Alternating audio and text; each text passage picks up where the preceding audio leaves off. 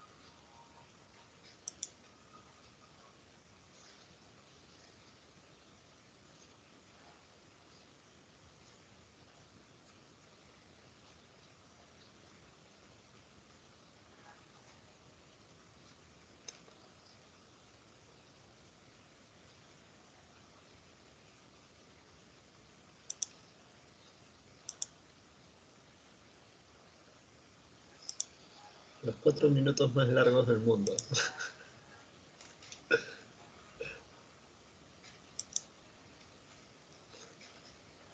A ver, vamos a ver esto así.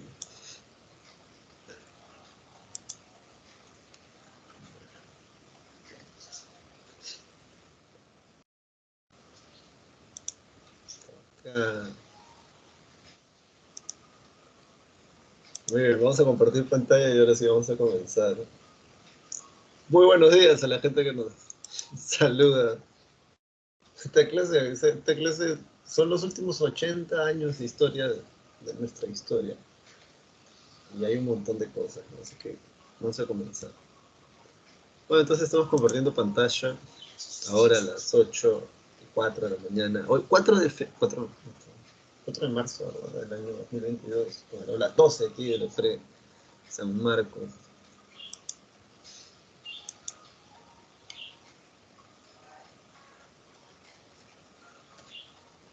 Muy buenos días a Guzmán. A Ali, ¿es Ali o Ali? ¿Cómo es? A, a Wincho también, muy buenos días. Esa gente mañanera. Todavía desde temprano, despierta esta gente. Muy bien, entonces vamos a comenzar de una buena vez. Ustedes ya saben que deben de estar acá, ¿no? Deben estar. Tú estás acá. Bien. Nosotros vamos a utilizar esto pues, sin de otra. Muy bien, desde el oncenio de Leguía hasta el gobierno de de Toledo, hasta el gobierno de Toledo. Bueno, ¿qué podemos decir de Leguía? Eh, para empalmar un poco con la última clase de historia del Perú, y además para que lo recuerdes de cara a tu examen. El último gobierno de la República Aristocrática fue el gobierno de José Pardo y Barreda. Este gobierno tiene algunas cosas que la prensa siempre ha preguntado, cuando preguntan de ese tema, obviamente. Por ejemplo, ¿quién da la jornada de 8 horas a nivel nacional? Ese es el segundo gobierno de José Pardo y Barreda. ¿Durante qué gobierno ocurrió la rebelión de Rumimaki? Segundo gobierno de José Pardo y Barreda. ¿Durante qué gobierno en el Perú acaba la Primera Guerra Mundial? Durante el gobierno de José Pardo y Barreda. Entonces, y este último dato es importante porque eso nos lleva también, me lleva a recordarte que cada vez que termina una guerra en el extranjero a países como el nuestro, a países como el Perú, económicamente eso le va mal porque eso hace que nuestras exportaciones disminuyan. Y eso yo espero que tú lo entiendas de la manera más sencilla posible, ¿no? Recuerda, ¿no? Si eres un país europeo durante la Primera Guerra Mundial y estás involucrado en la guerra, tu país necesita recursos, materia prima sobre todo, para poder generar ropa para tus soldados, armas, cualquier cosa relacionada a eso. Entonces, las exportaciones, obviamente, de los países que producen materia prima, donde se saca, se elevan y cuando estas guerras terminan, obviamente estos países ya no necesitan estos recursos, esta materia prima, y eso hace que la demanda disminuya.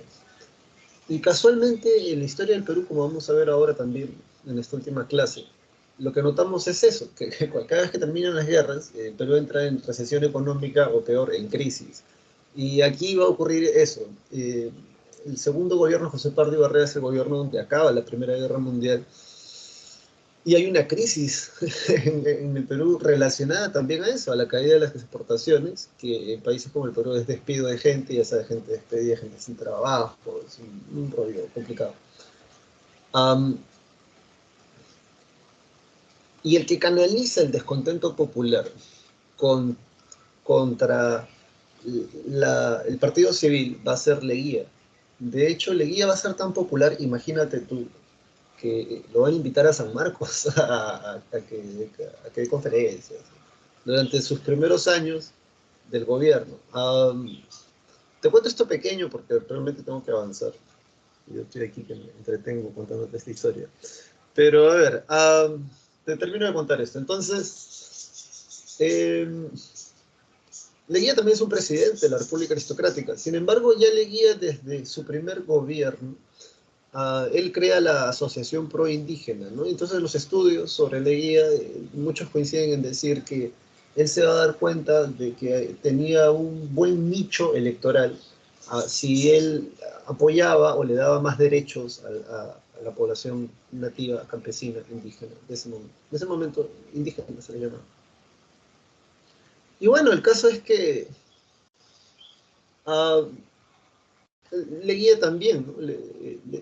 Cuando Leguía llega al gobierno, una de las cosas que hace es legaliza las comunidades campesinas en el Perú, que es un golazo. Lo van a convertir en el Viracocha, si no me equivoco. A Leguía le van a hacer una estatua y todo. Pero bueno, el gobierno de José Pardo Barrera entra en crisis producto del final de la Primera Guerra Mundial, que tiene relación con la economía peruana. El que canaliza ese descontento popular es Leguía. Y Leguía gana las elecciones como presidente, uh, pero tiene un problema, y presta atención a esta paradoja porque parece mucho a lo que nos ha pasado casualmente en estos años, que Leguía gana las elecciones, pero el Congreso, las elecciones para el Congreso se daban 2 años después, y un presidente en esos años gobernaba 4 años. Entonces, Leguía va a hacer una cosa bastante curiosa, que es con apoyo de jóvenes oficiales del ejército del Perú, de una clase media emergente, excluida, ¿no?, de este grupo, ¿no?, oligárquico, aquí sobre todo en las ciudades de la costa como Lima, Leguía va a dar un golpe de Estado. El golpe de Estado, escucha bien la fecha, lo da el 4 de julio, día de la independencia de los Estados Unidos, cosa que tampoco te debe extrañar porque recuerda, y esto es pregunta de aquí de la prensa, un clásico, ¿en qué momento el Perú pasa ¿en qué momento el Perú pasa de deberle mucho dinero a Inglaterra a deberle mucho dinero a Estados Unidos con Leguía? Bien, entonces, o sea, que el golpe de Estado haya sido el 4 de julio no es casual, bien, en realidad es completamente intencionado. Pero entonces Leguía da el golpe de Estado y Leguía convoca de nuevo a elecciones presidenciales y de nuevo convoca a elecciones para el Congreso. ¿Por qué? Porque iba a tener 2 años que no le iban a dejar gobernar, ¿no? Porque era el Congreso de la República Aristocrática, ¿no? del Partido Civil, ¿no? Entonces, da el golpe de Estado, Leguía, tiene el Congreso, ahora es mayoría del Congreso, tiene el Congreso, y con todo, o sea, con el Poder Ejecutivo, con el Poder Legislativo en su poder, lo que hace Leguía es, primero a los gamonales de la sierra los somete de 2 formas, ¿no? La primera manera, porque los gamonales, por cierto, gobernaban en la sierra como si fueran señores feudales, ¿no? Para que te hagas una idea, ¿no? Porque no existía el Estado peruano. Que por cierto, esto es clase de cívica, pero te lo voy a explicar para que me entiendas, porque con Leguía crece el Estado peruano. O sea, tú entiendes cuando el profesor o la profesora de cualquier curso habla de el Estado peruano. Tú sabes a qué se refiere en concreto, o sea, en físico, ¿sabes a qué nos referimos cuando hablamos del Estado peruano? Ya, como no hay mucho tiempo, porque ya son las 8:12, te voy a dar la respuesta, ¿ya? Pero mira, o sí te lo he explicado, ¿te lo he explicado o no te lo he explicado? Porque por lo general lo explico, porque si no, no se entiende, pero supongamos que tú, Juanito o María, bien, como quiera que te llames, te vas a Madre de Dios, bien, al departamento de Madre de Dios. Si por aquí hay algún extranjero, no sé, pues, a la frontera, pues, ¿no? A Piura, a Cajamarca, Tumbes, por allá, ¿no? A la frontera. Eh, y allá, en esa zona tan alejada de la capital, tú encuentras, escucha bien, tú encuentras una comisaría con la bandera y el escudo del Perú, o tú encuentras en esos lugares así alejadísimos de la capital, tú encuentras um, un colegio con una bandera o el escudo peruano y el escudo peruano, o tú encuentras una posta médica o una caseta del ejército con la bandera y el escudo peruano, eso significa que hasta esa zona tan recóndita de nuestro territorio ha llegado el Estado peruano, porque hay personas que trabajan para la administración del Estado peruano. Entonces, cada vez que tú escuches en la televisión, en cualquier lugar, y aquí en las clases, obviamente, en este mundo preuniversitario, el Estado peruano, el Estado creció, el Estado disminuyó, una vaina así, se están refiriendo a eso, a esos lugares. Obviamente, si encuentras una RENIEC, mucho más, no, una RENIEC, obviamente, pero ¿qué sucedía en estos años de 1920, 1919, hacia atrás? El Estado peruano era muy pequeño. El Estado peruano era básicamente las ciudades de la costa y una que otra ciudad en la sierra, una ciudad en la selva, que era Iquitos por el boom del caucho. Y ya, no hay más Estado peruano, lo que significa que fuera de esos lugares, tú podías hacer lo que se te daba la gana, porque no hay ley más allá de esos lugares. ¿Entiendes la idea? Entonces, en la sierra, los que gobernaban la sierra durante esos años eran los gamonales, que coludidos con la oligarquía, ¿no? Estas familias ricas aquí en la costa, gobernaban el Perú. Entonces, ya hay un discurso, además, para 1900, desde 1900 en adelante, ya hay un discurso anarquista y socialista en el Perú. De hecho, durante el gobierno de Leguía, recuerda, se crea el Partido Comunista Peruano, y está María Pellín Pantano. Y también se crea el APRA.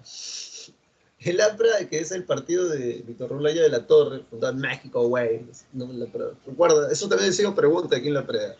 Partidos excluidos, ¿no? Por la ley de Sánchez Cerro, el Partido Aprista y el Partido Comunista Peruano, de María um, Entonces, este discurso, ¿no? que hablaba de la reivindicación de los derechos populares y de los derechos laborales, Leguía también en parte se va a canalizar, porque uno de los discursos de Leguía en campaña era, o sea, ¿qué había hecho, qué había hecho el Partido Civil por las mayorías populares en el Perú? Y él canaliza ese descontento popular, la gente vota por él, aceptan el golpe de Estado, porque hay algo que la gente olvida, ¿no? O sea, la gente que es muy democrática a veces, olvida que el pueblo, la masa, la muchedumbre, el pueblo, casi siempre en el Perú ha aplaudido los golpes de Estado. ¿No? O sea, parece que a la mayoría de la gente le tiene una mentalidad paternalista. Profe, ¿qué es mentalidad paternalista? En el mundo de la psicología, eso significa que, o sea, tú crees que la persona que va a solucionar los problemas de nuestro país, si es que alguna vez te has preguntado eso, obviamente, va a ser un tipo, no un grupo de personas, no un tipo, que va a ser fuerte, carismático y autoritario además, ¿no? Para decir, ya carajo, estás un cachetazo, a cualquier cosa, ¿no? A la policía, al ejército, ¿no?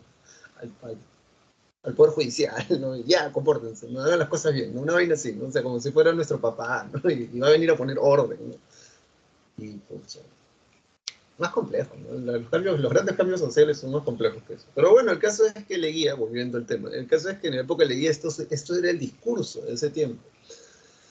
Y bueno, el caso es que Leguía con el poder ejecutivo, con el poder legislativo, cambian la constitución. Cambia la constitución, Leguía también se hace muchos préstamos de Estados Unidos, eso ha sido pregunta aquí en la pregunta. Y bueno, a los gamonales, como les decía, para terminar esto, los somete de dos formas. La primera manera es dándoles un cargo público, porque esa gente era abusiva, ¿eh? Por eso hay tantas novelas, y eso no lo digo yo, eso lo dice toda nuestra literatura y obviamente estudios que avalan el hecho de que eran abusivos, ¿no? Porque tú te imaginas traerte al dueño del mundo, acá tenemos gente muy egocéntrica en este país, no les puedes dar un poco de poder porque ya la gente se vuelve loca. Ahora tú imagínate esas personas, dueños, ¿no? De grandes extensiones territoriales. En ese tiempo había yanaconas todavía, profe, que es un yanacona, un sirviente, loco, como el feudalismo, ¿no? Por eso lo digo y ya no quiero dar más en esto porque no tenemos ya más tiempo para Leguía. Entonces, la primera manera que Leguía tiene para absorber a los gamonales, para someterlos, es dándoles un cargo en el Estado. O sea, si eras un gamonal abusivo, ahora puedes ser abusivo a nombre del Estado peruano.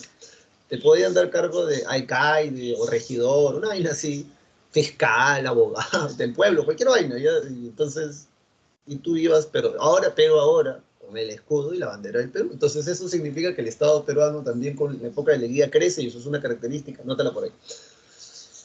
A la oligarquía, a la oligarquía la sometió con el golpe de Estado. ¿Cómo, profesor? Sí, claro, porque acuérdate que la oligarquía tenía el Congreso. Leguía, como dijo, yo no me voy a vacilar 2 años con oposición y 2 años más me van a dejar gobernar. No, pácate, le metió el golpe de Estado y a la oligarquía lo somete así.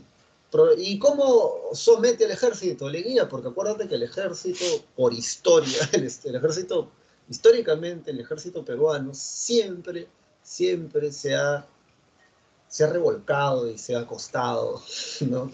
con la élite, la clase alta, ¿no? La clase dominante de este país, ¿no?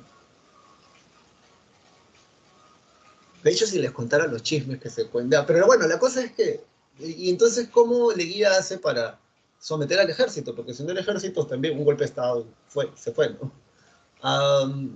Asciende a esos jóvenes oficiales que que ayudan a Leguía a darle el golpe de Estado el 4 de julio. Leguía los sube de rango, ¿no? Los asciende. que es un clásico, ¿eh? Yo no sé, cuando le conviene a la derecha siempre le critica al presidente. Subió de rango a su promoción o alguien ha llegado. Y sí, en realidad siempre pasa. Todos los presidentes lo hacen. O en todos los presidentes nuevos siempre se asciende de rango militar. Es que necesita gente que ayude pues, en el gobierno, con las Fuerzas Armadas. Y es así como Leguía somete al ejército.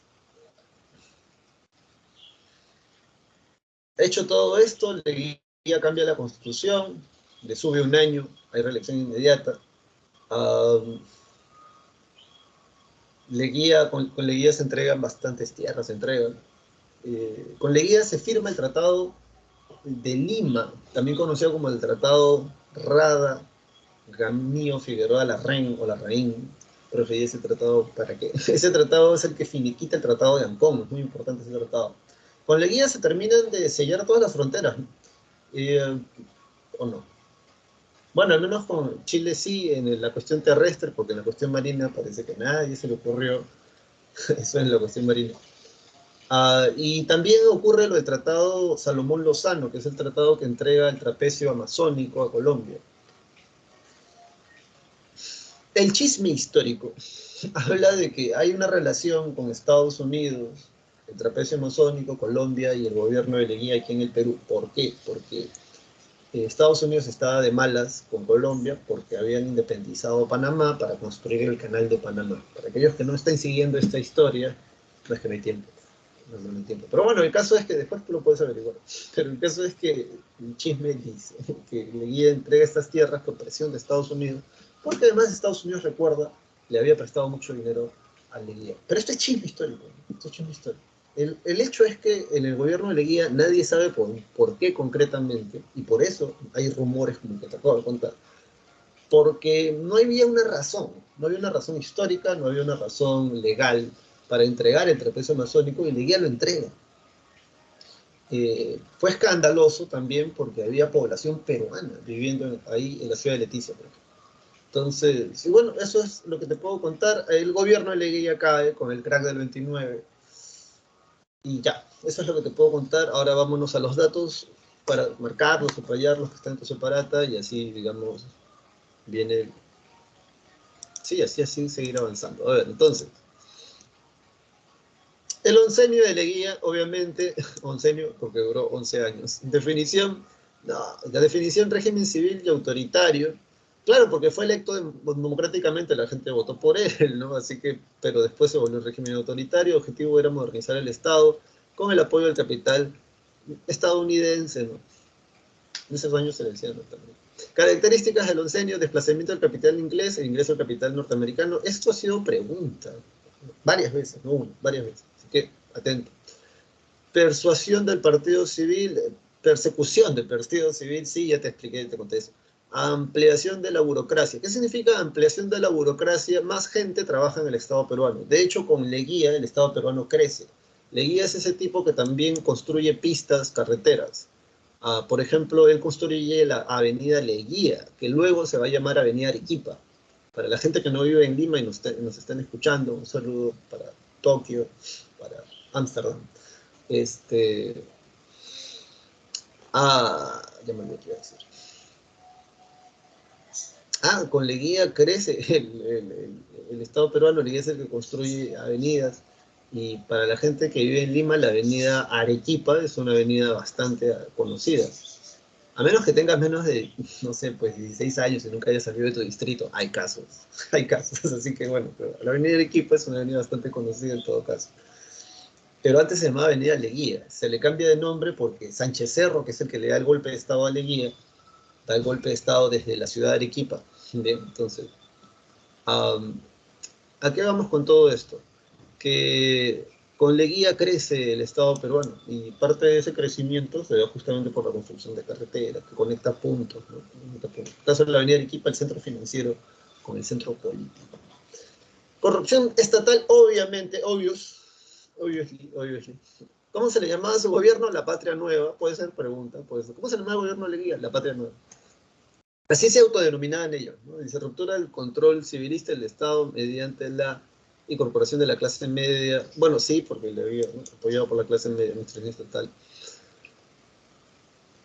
Ya sabes, burocracia, gente que trabaja para el Estado, van a haber más, obviamente.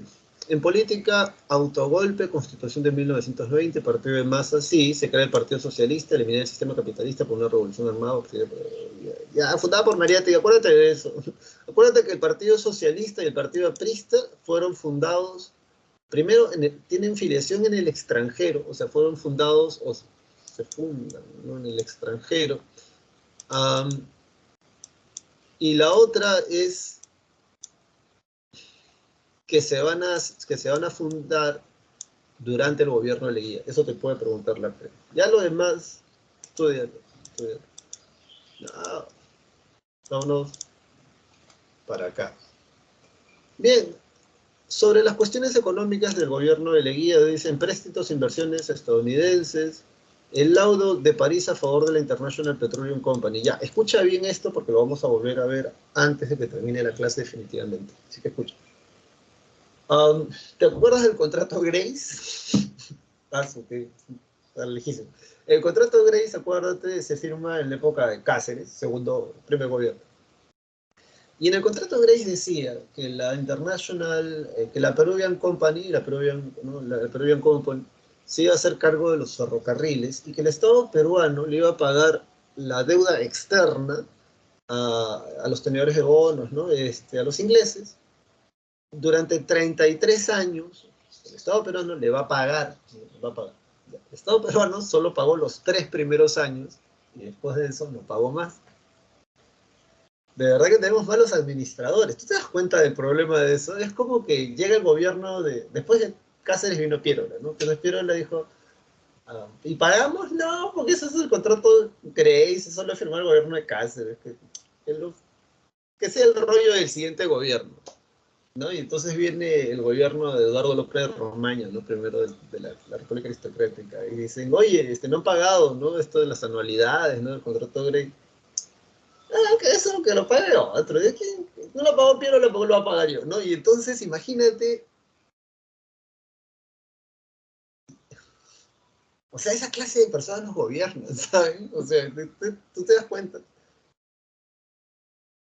sea, a nadie más se le ocurrió preguntar qué diablos pasaba y por qué han pasado 20 años y no pagan. Pero bueno, volviendo al punto, disculpen, me estoy disgregando mucho.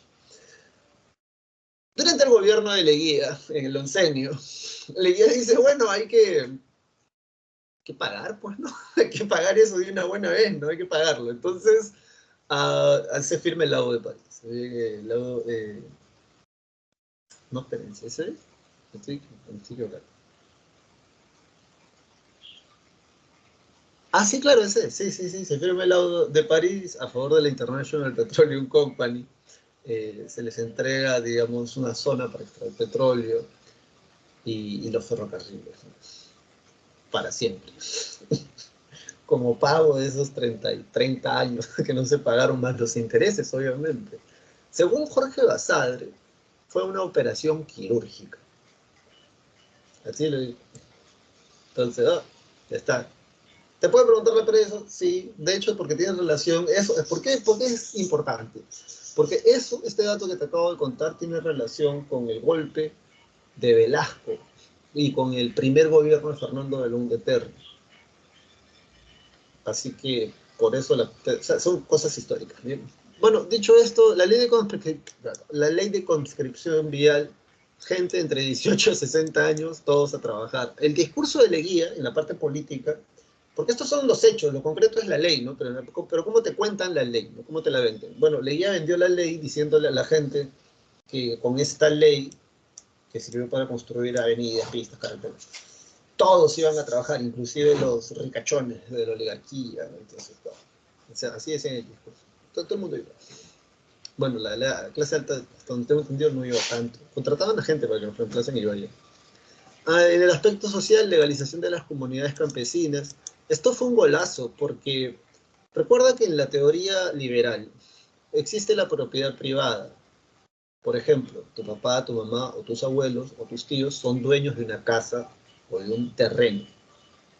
Él o ella, a menos que estén casados, son tus padres, tienen un terreno, eso les pertenece a ellos. Se han comprado eso durante el matrimonio. El problema está que en el Perú existe esto de la comunidad campesina. Y la comunidad campesina no tiene una propiedad privada como tú y yo la entendemos, porque nosotros tenemos mentalidad occidental, por muy nacionalista que te creas. El caso es que en la mentalidad de ellos, esta tierra le pertenece a una familia o a un pueblo, ¿entiendes? O sea, todos estos terrenos te dicen, ¿no? Así como en el Rey León, ¿no? Ves Simba, ¿no? Hasta el cerro de allá, hasta el río de allá, hasta el monte de allá, todos esos son nuestros terrenos, ¿no? Entonces, pero no es el terreno de una sola persona, le pertenece a toda una familia, que a veces son más de 60, 100 puntas, o a todo un pueblo. Y a eso se le llama el ayllu, la comunidad campesina, pero eso no es legal, porque en el concepto de liberalismo económico, eso no existe. Y por esa razón, los gamonales en el altiplano andino, en Puno, por ejemplo, acuérdate la rebelión de Rumimaki, se aprovechaban de este vacío legal porque las comunidades campesinas decían, pero esto ha sido mío, y de hecho tengo documentos. Esos documentos venían desde el virreinato. Y, y bueno, ya, otra vez me fui por las ramas, son las 8:30. El caso es que Leguía les vuelve legal la comunidad campesina.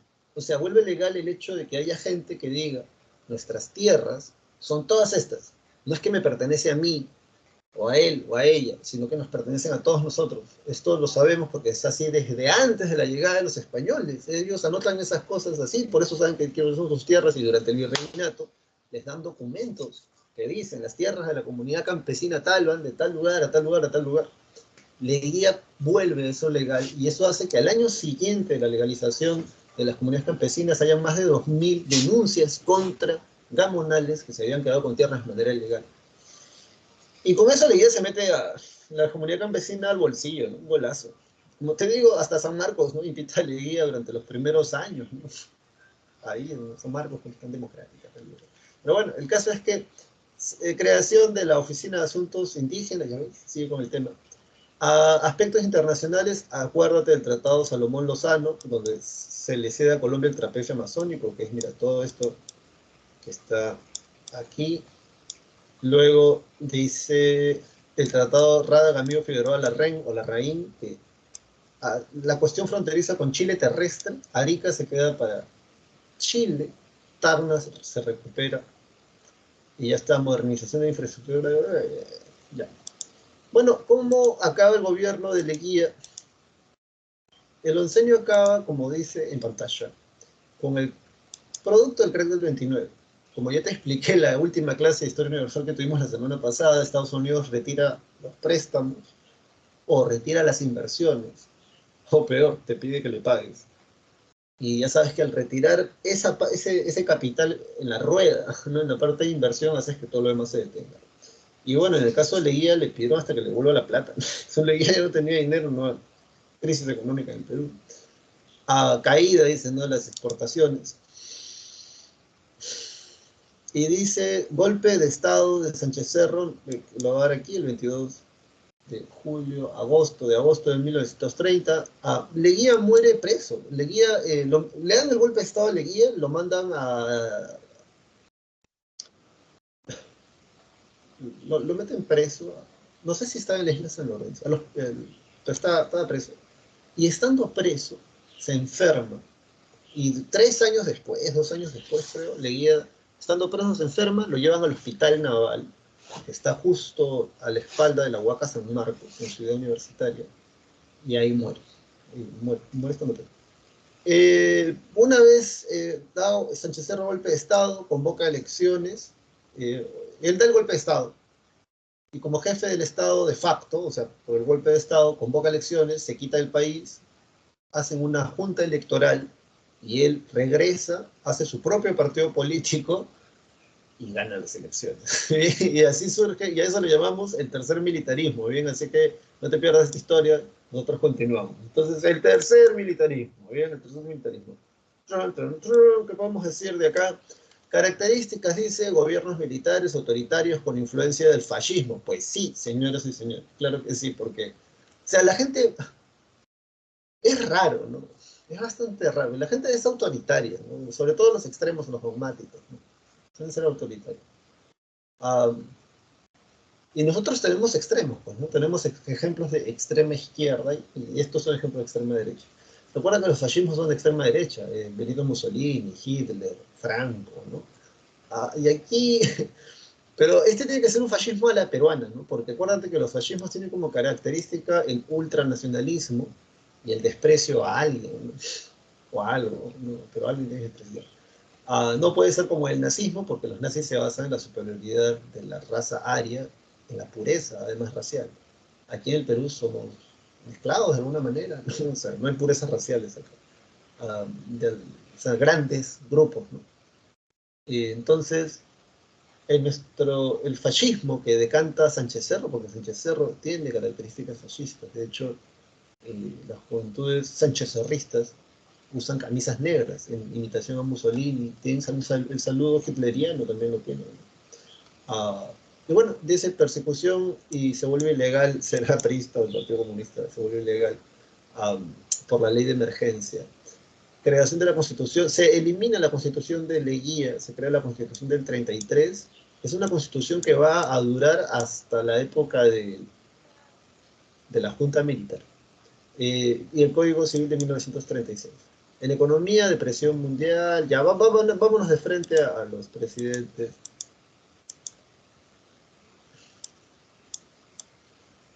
Y aquí están, pues. El gobierno de Sánchez Cerro, míralo ahí, todo morocho, sexy, todo. Antecedentes, antes de que Sánchez Cerro, como les decía, él da el golpe de Estado, luego él renuncia, pero convoca la creación de la Junta Nacional Electoral.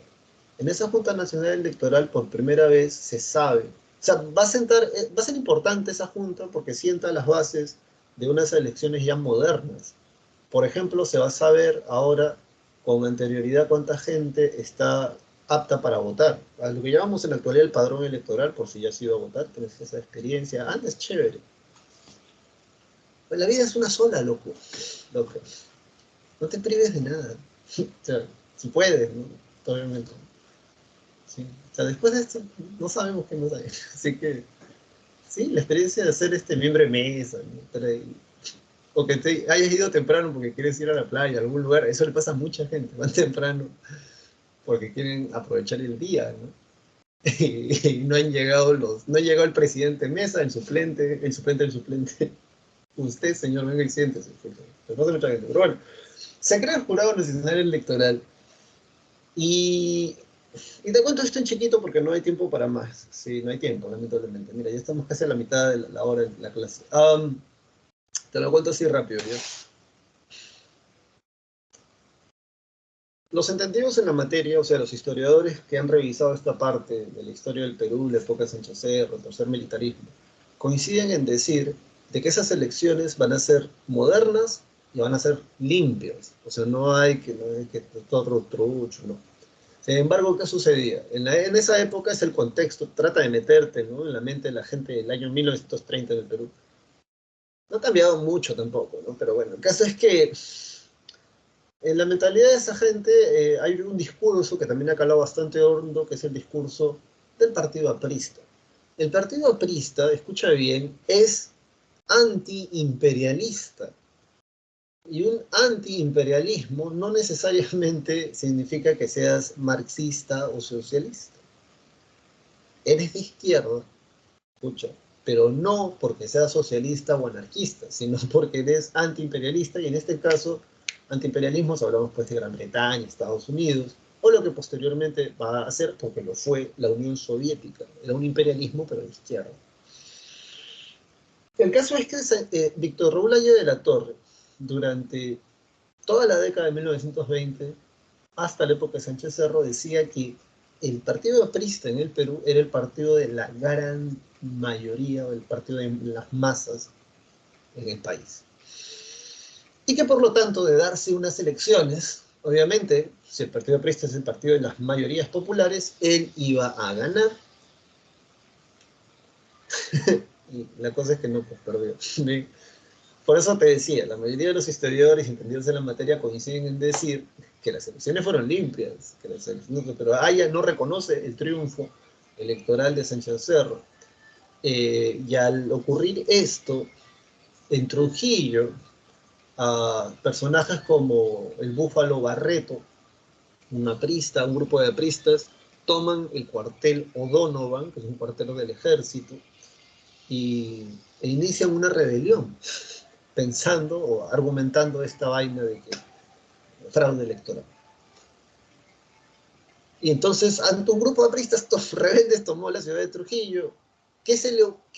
¿Cuál fue la solución civilizada que dio Sánchez Cerro, porque él ya era presidente? Bombardear Trujillo. O sea, yo no sé tú, varón, señorita, si has jugado Call of Duty, Counter-Strike, no sé, Fortnite, esos juegos de shooter, ¿no? Disparo. Una cosa es que te caigas a tiros de tú a tú con otro tipo, y otra cosa es que le caigas a tiros a un avión, ¿no? Que te cae bombazos, ¿no? Entonces bombardean la ciudad de Trujillo. Obviamente los apristas rebeldes se rinden. Y lo que va a hacer el ejército, que ya sabes, cuyo tenemos un presidente, estamos hablando de estos años, es un general, Sánchez Cerro, coronel.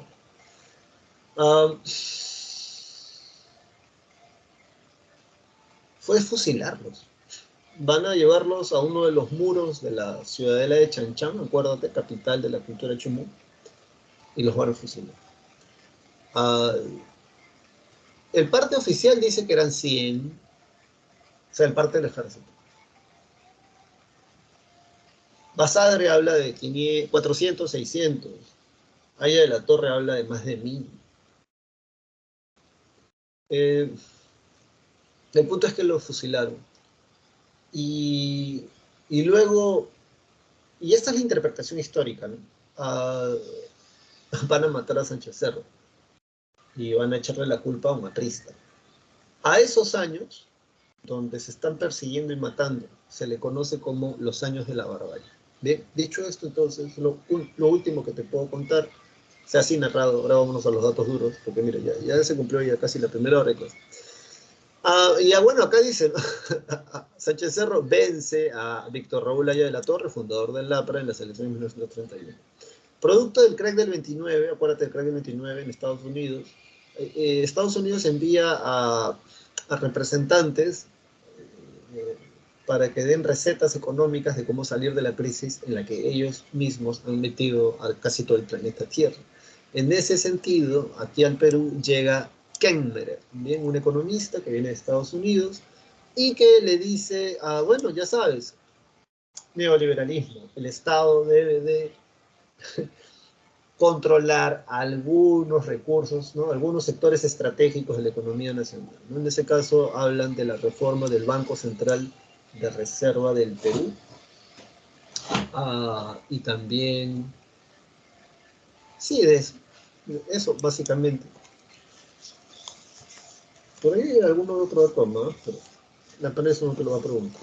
En política, la ley de emergencia prohíbe, subraya eso en su separata, la ley de emergencia prohíbe la existencia de partidos fundados en el extranjero o con filiación internacional. En ese sentido, el Partido Comunista Peruano, que se funda en Europa, y el Partido Aprista, que se funda en México, quedan fuera de la ley. O sea, es ilegal ahora pertenecer a esos partidos. Los apristas, como ya te había contado, se levantan en Trujillo. Ocurre esto de la masacre en Chanchán. Y bueno, ¿qué cosa pasa? Los vecinos de la ciudad de Leticia expulsan a las autoridades colombianas que ya habían ido a tomar posesión de la ciudad y reclaman que Leticia y el trapecio masónico se vuelva a Perú. Sánchez Cerro iba a enviar a un destacamento militar a Piura, Talara Piura, porque ahí está la base aérea, desde donde iban a ir a la selva, a Leticia, para hacerle la guerra a Colombia. En un destacamento militar, Sánchez Cerro está pasando revista como un auto cerca al campo de Marte, en la actualidad, Avenida Salaberry o Abancay, en esa zona.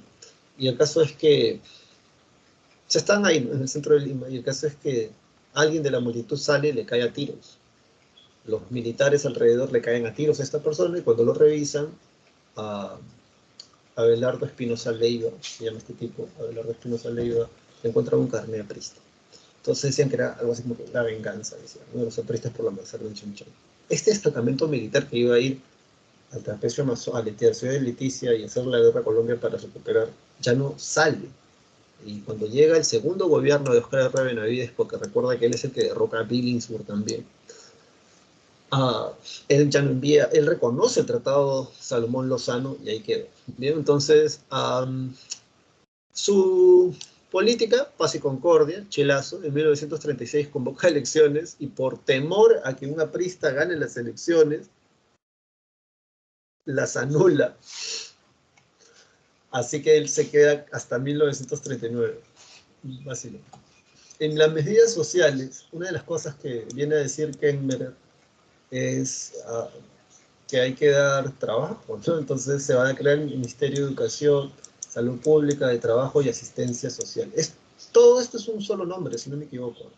Todo esto es un solo nombre. Trabajo y Asistencia Social. Y el Seguro Social Obrero. Y ya, vámonos para acá. La primavera democrática. A ver,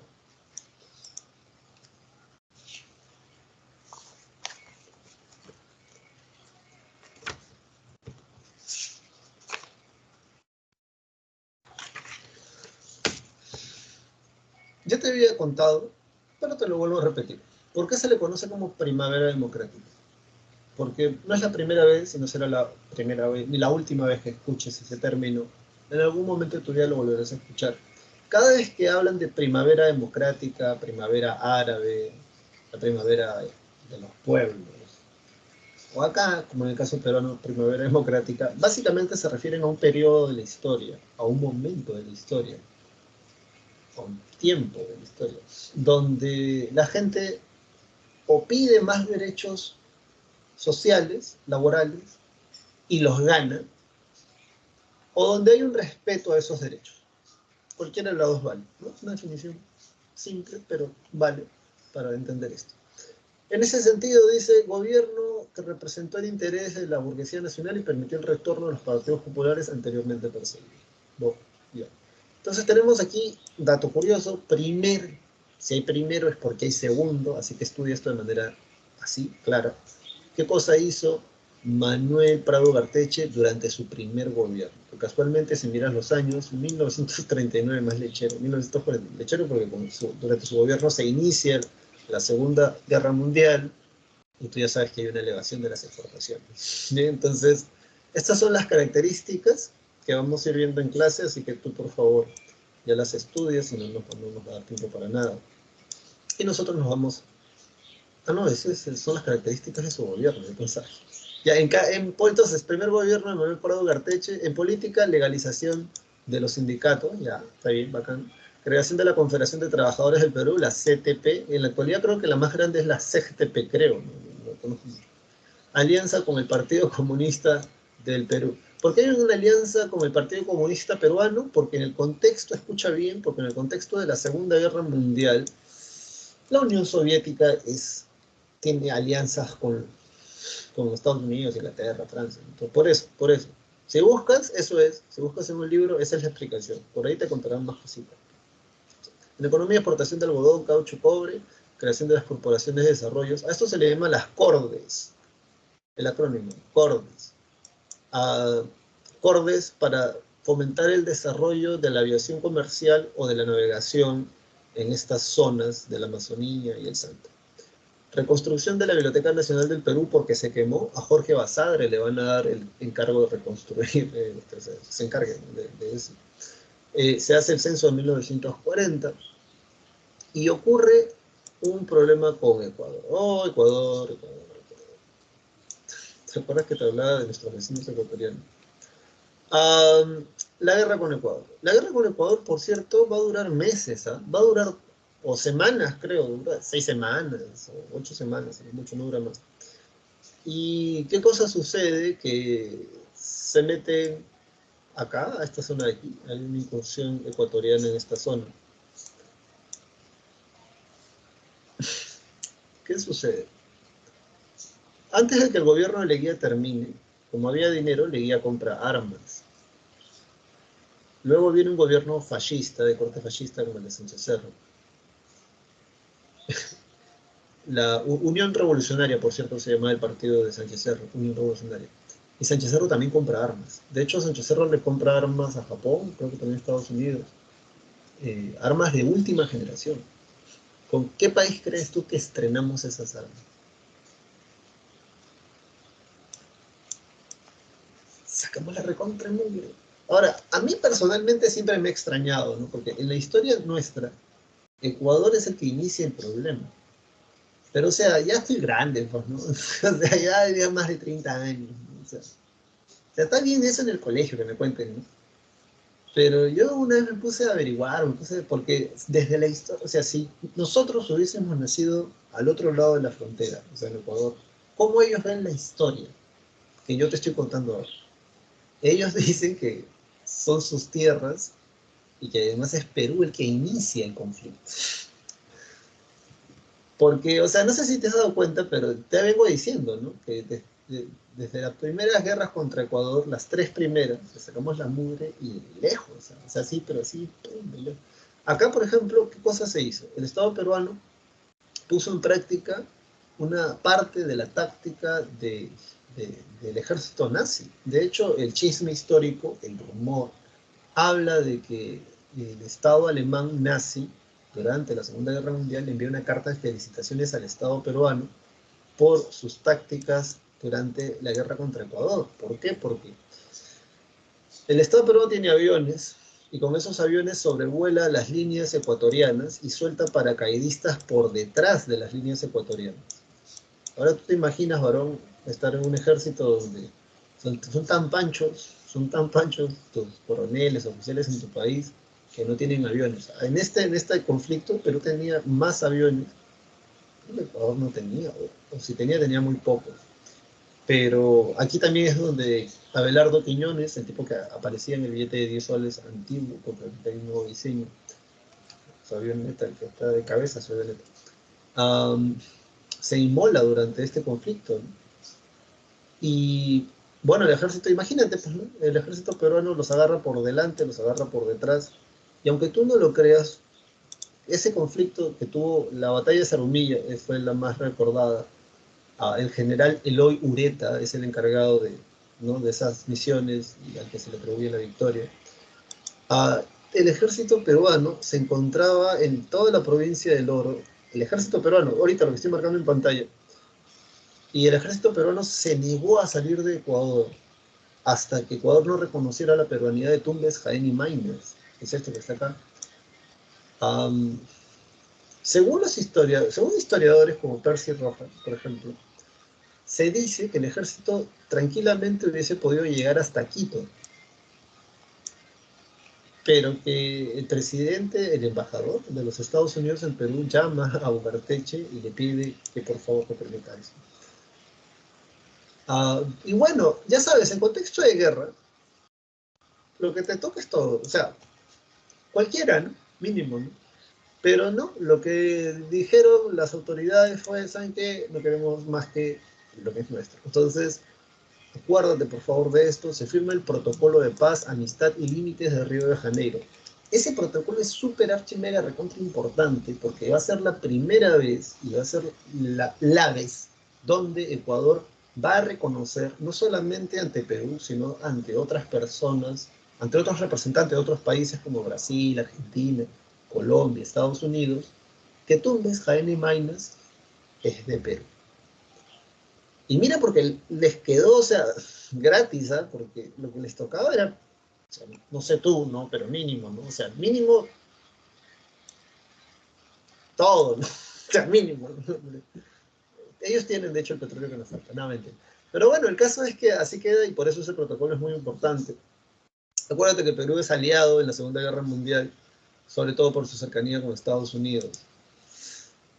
Y ya, vámonos ahora entonces, termina este gobierno así, sí, así termina ese gobierno. Y vámonos ahora al...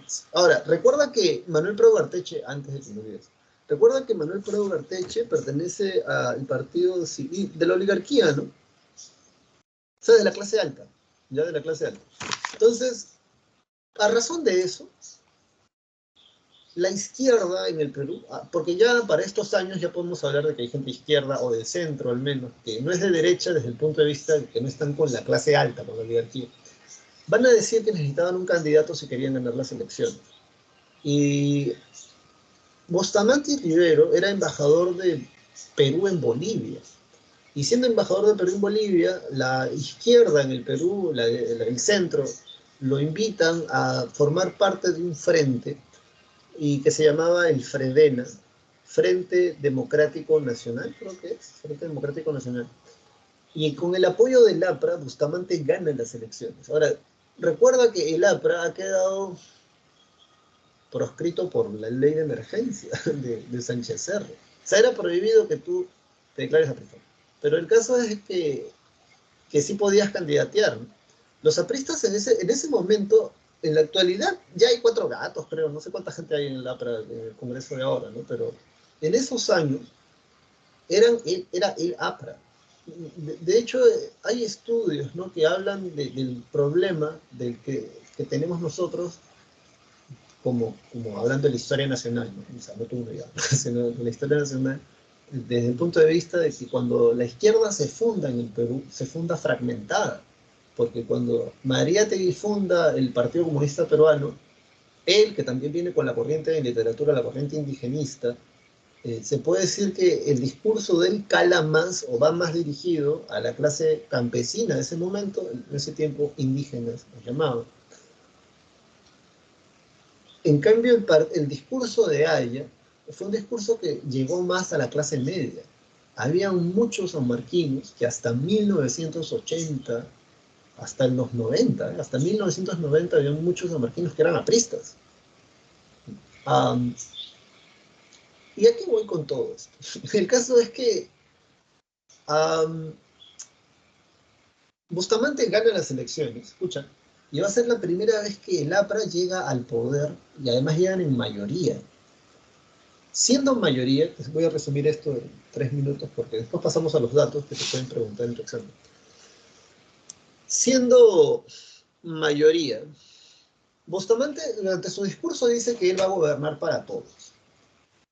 Sin embargo, cuando estos congresistas apristas, ya con el cargo obviamente, lo primero que hacen es sacar una ley, que era una ley de amnistía.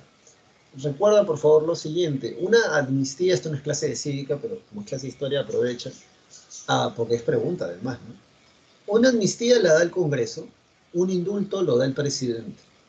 La amnistía se le da a un grupo de personas que tienen un juicio abierto. No se sabe si son culpables o inocentes. De hecho, dentro de ese bloque, dentro de ese grupo, hay pruebas, hay evidencias de que hay personas que son inocentes y por ahí el resto es dudoso. Es dudoso, ¿no? Entonces, como se encuentran en ese contexto donde hay gente que obviamente es inocente y hay gente que es dudoso, entonces lo que hacen el Congreso es decir, ¿saben qué? Vamos a cerrar el caso. No se ha confirmado si eres culpable o inocente. Como es un rollo, te vamos a dar les vamos a dar la amnistía. En cambio, el indulto, y recuerda esto porque básicamente es un hito histórico, esto se va a decir de repente de aquí a unos años, ¿no? El indulto a Alberto Fujimori, por ejemplo. El indulto lo da el presidente, los indultos de Alan García Pérez en el segundo gobierno. Los indultos los da el presidente a personas que ya han sido condenadas. ¿Cómo? Sí, o sea, te tiraste toda la plata del Estado peruano, usaste el avión para llevar cocaína, qué sé yo, ¿no? Le pagaste a los periódicos, a los directores de periódicos, radio y televisión para que hablaran bien de ti, entonces, o distrajeran a la gente. Entonces te encuentran culpable, te meten preso, y para evitar que te mueras estando preso, ese es uno de los argumentos para el indulto, el presidente te perdona. O sea, ya sí encontró culpable, entonces el presidente te perdona la falta y te puedes morir fuera.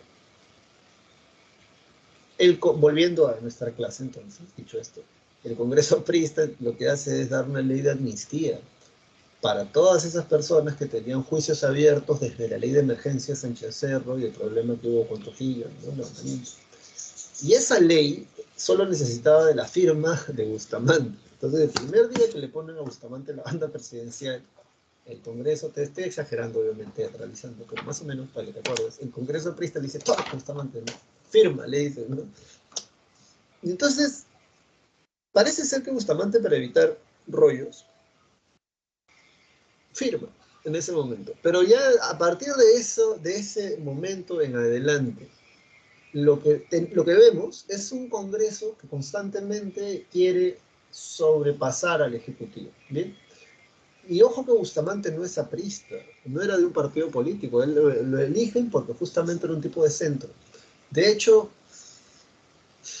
no creo que te lo pregunten en Cívica, pero recuerda este dato, Bustamante llegó a ser presidente de la Corte Interamericana de Justicia, más conocido como la Haya, ¿bien? Una vez que terminó su segundo mandato, este mandato. Pero bueno, entre el 59 o 60, no hay más por ahí. Entonces, una vez que te he contado esto, lo que hace el Congreso a partir de ese momento en adelante es comenzar a dar una serie de leyes, subsidios, y le sube el sueldo a los policías, a los profesores. Y todo esto está chévere, y es algo que yo espero que tú entiendas. O sea, es bacán, ¿no? Que te regalen cosas, ¿bien? Pero el problema con eso es que no te permiten a ti,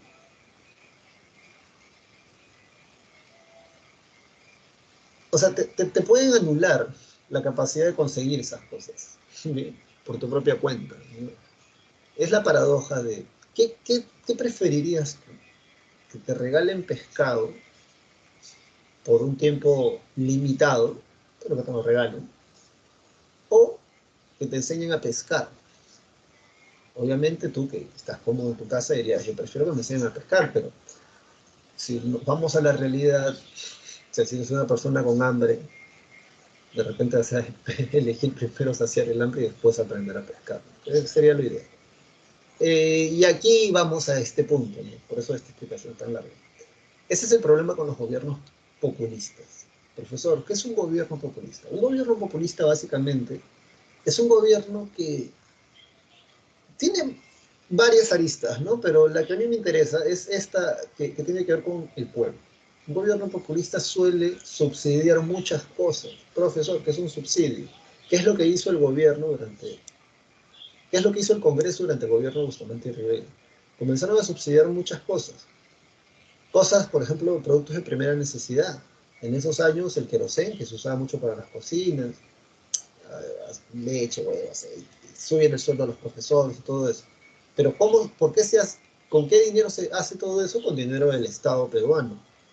Es ese momento donde a Bustamante, la oligarquía, o sea, el partido civil, la oligarquía le va a decir a Bustamante, oye, loco, ¿no te das cuenta de que todas estas leyes básicamente es sube los salarios o bájale el precio a la leche, porque la otra parte la está pagando el Estado peruano, y que en algún momento se van a tirar toda la plata y ya no va a haber dinero para pagar el salario de los propios trabajadores del Estado peruano, por ejemplo? Y por esa razón Bustamante brevemente cierra el Congreso, a eso se le llama el receso, luego lo vuelve a abrir, y cuando lo vuelve a abrir,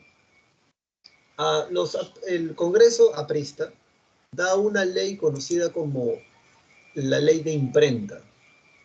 Esta ley de imprenta, luego la prensa le va a poner como la ley Mordaza, y lo que tenemos es que esa ley básicamente decía que si eras un medio de difusión, como un periódico, y hablabas acerca del gobierno, más específicamente del Congreso aprista, ese artículo tenía que pasar por una comisión, y esa comisión iba a autorizar si se publicaba o no ese artículo.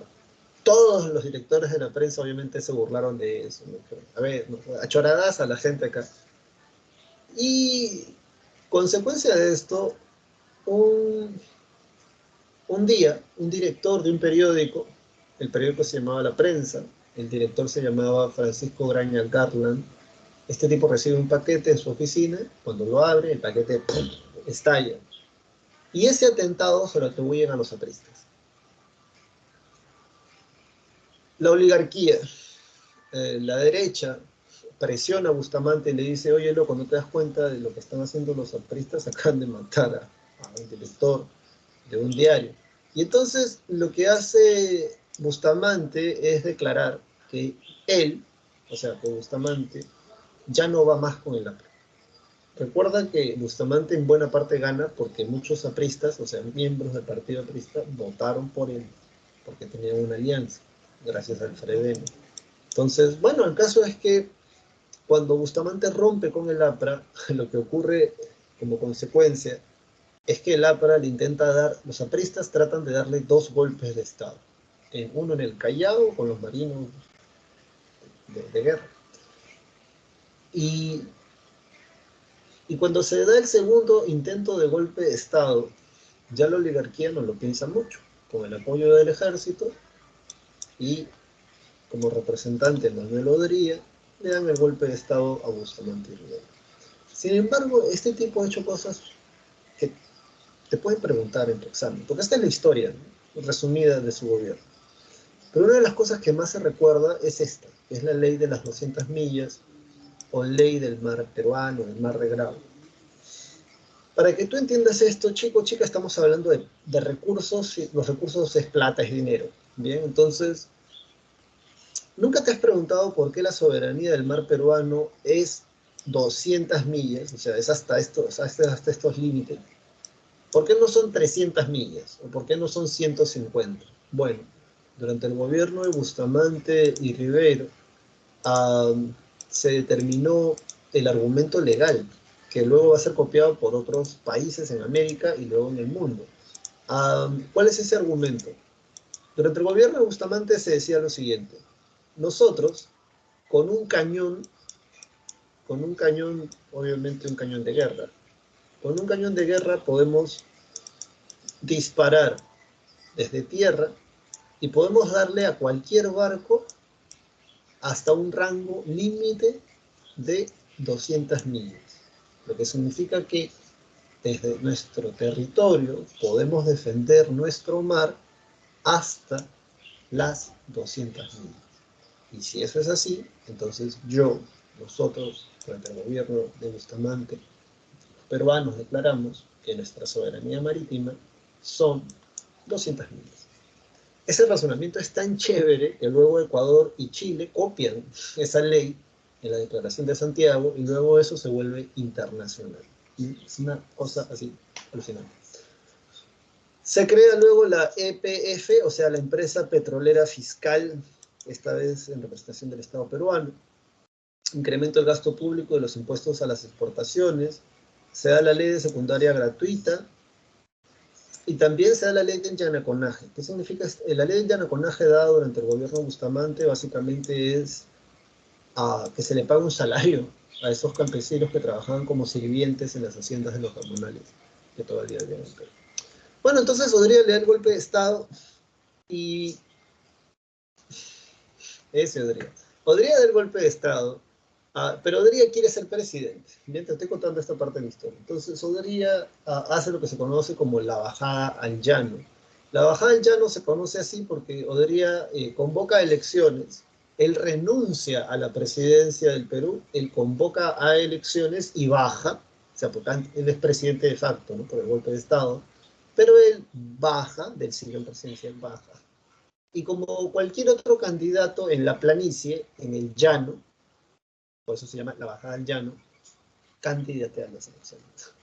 El rollo es que el favorito era Ernesto Montaigne. Ernesto Montaigne era el favorito y el tipo no pudo salir de su casa porque lo encerraron los militares. Le dijeron, por este momento creo que no es bueno que salgas. Entonces, Odría era el único candidato. Y como único candidato, él gana las elecciones. Entonces, bueno, ¿qué cosa sucedió? Una de las primeras cosas que hace el gobierno de Odría, a ver, ¿dónde pongo esto? Ajá. Una de las primeras cosas que hace el gobierno de Odría es la ley de seguridad interior. Con esta ley, otra vez, el Partido Aprista y el Partido Comunista Peruano quedan proscritos, o sea, está prohibido que seas miembro de ese partido. ¿Bien?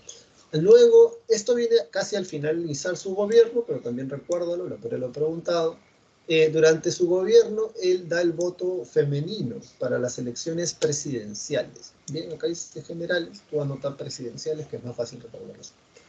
Durante el gobierno de Sánchez Cerro, las mujeres pueden votar en las elecciones municipales. Durante el gobierno de Odría, mujeres salían a marchar. Se da el voto para las elecciones, para que las mujeres puedan votar en las elecciones presidenciales. Una vez dada la ley de seguridad interior, y esto es cierto, Víctor Raúl Haya de la Torre huye y se mete a la embajada de Colombia y se queda viviendo allí durante 6 años. ¿Ya te expliqué el tema de las embajadas o no? Ya sabes, es como un territorio fuera del territorio. La policía no se puede meter porque es considerado invasión territorial. Haya de la Torre entonces se mete a la embajada de Colombia, y estando en la embajada de Colombia tantos años, dicen que estuvo así porque Odría lo quería meter preso, lo querían matar. Cuando sale, 4 o 5 años después, se va a México, o se va a Colombia, pero se va al extranjero ahí, no se queda en el Perú, y luego retorna para las elecciones siguientes. En los aspectos sociales, en el gobierno de Odría, era un gobierno militar en realidad. Las elecciones fueron de mentira, obviamente. Viene una misión llamada la misión Julius Klein. Esa misión era una misión económica, y en esos años, mira acá por favor los años, estamos hablando de la guerra de Corea. Recuerda que como hablamos de la guerra de Corea, materias primas, el Perú exporta materias primas, algodón, cobre, plomo, azúcar, caucho. Y eso se da en el gobierno de Odría.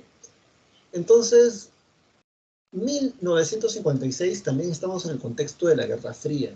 En el contexto de la Guerra Fría, recuerda, Estados Unidos representa liberalismo, capitalismo, Coca-Cola, McDonald's, y trata de que los países vayan a su bloque.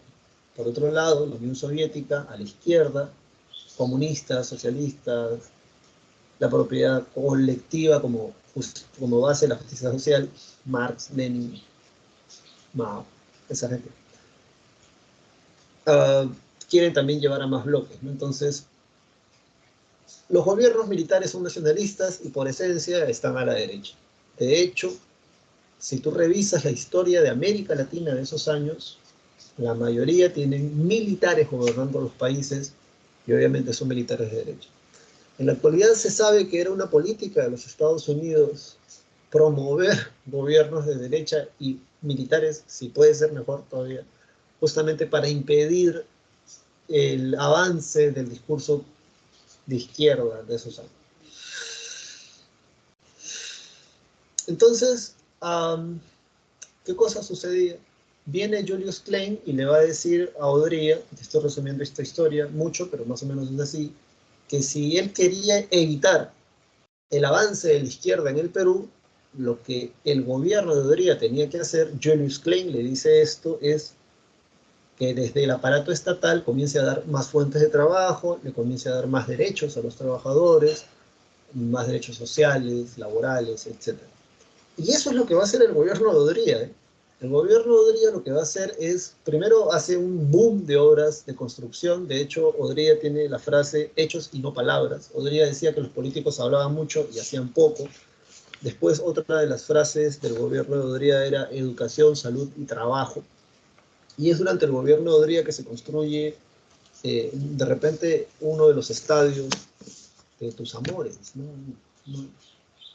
El Lolo Fernández, el Matute, el Estadio de San Marcos y el Estadio Nacional. No, el Lolo Fernández, el Matute y el Estadio de San Marcos se construyen en la época de Odría.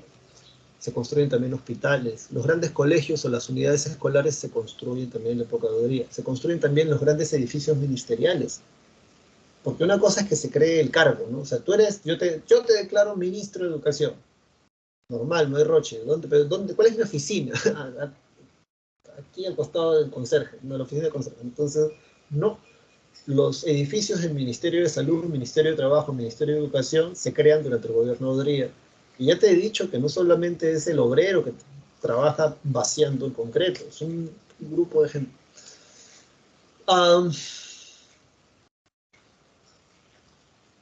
Por otro lado, ¿qué cosa sucede? Por otro lado, la gente de izquierda en el Perú, el discurso de la gente de izquierda en el Perú de esos años, era que la reforma agraria nunca la iban a hacer. Ya desde 1920 estaban hablando de la reforma agraria.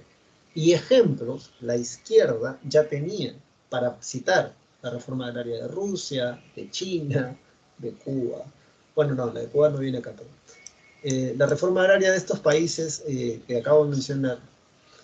Y la izquierda decía, ¿no? O sea, el Estado nunca hace una reforma agraria y tú vives sometido a un gamonal en la sierra. Así que la idea era hacer que la gente, como la revolución china, del campo vaya a la ciudad y que sea tanta gente que demande cosas y esas demandas no sean cumplidas, que finalmente la gente termine apoyando a los grupos de izquierda y los grupos de izquierda sí puedan llegar al poder.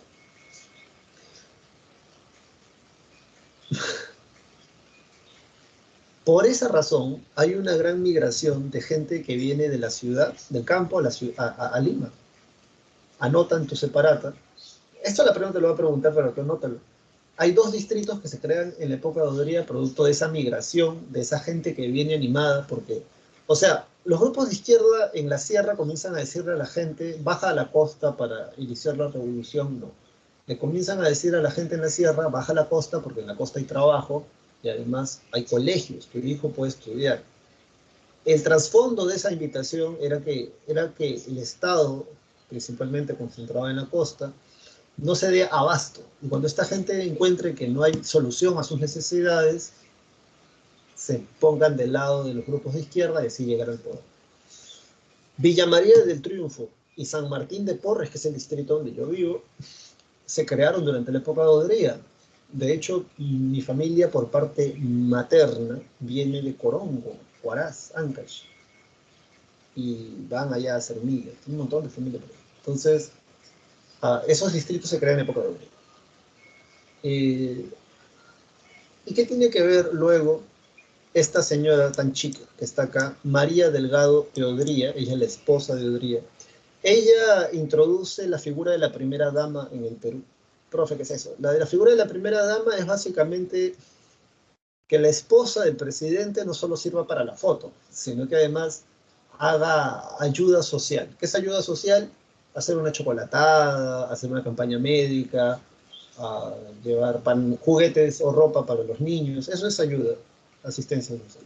Y esa asistencia social ella la va a llevar, por ejemplo, a estos distritos que se van a crear, y llamaría el Triunfo, porque son distritos que eran asentamientos humanos en un inicio, o sea, gente que se mudó a ese lugar y ahí quedó. Y así se detiene un poco, ¿no? El discurso de izquierda en el Perú, porque claro, si das trabajo y hay estabilidad, como que no escuchas mucho esto de, la reforma agraria, no sé. Entonces, bueno, siguiendo con la clase, porque miren, ya no estamos ni en la mitad de la clase, de hecho. Hay que terminar esto.